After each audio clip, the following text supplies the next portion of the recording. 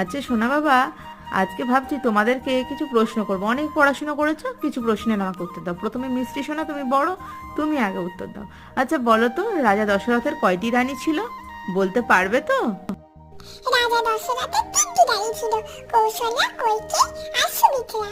আমার মিষ্টি সোনা তো একদম ঠিক বলেছে। এবার আমার সন্দেশ সোনার প্রশ্ন। আচ্ছা সন্দেশ সোনা, বলো তো, কৌশল্যার ছেলের নাম কি? কৌশল্যার ছেলের নাম রাম, মানে রামচন্দ্র। বাহ, ভেরি গুড। এবার ননী সোনা, তুমি বলো তো, রামের সাথে কার যুদ্ধ হয়েছিল? রামের সাথে রাবণের যুদ্ধ হয়েছিল। আচ্ছা রাধুমা, তুমি বলো তো, রাবণ কোথাকার রাজা ছিল? শ্রীলঙ্কার। ববলু সোনা, এবার তুমি বলো, রামচন্দ্রের স্ত্রীর নাম কি? সীতামা।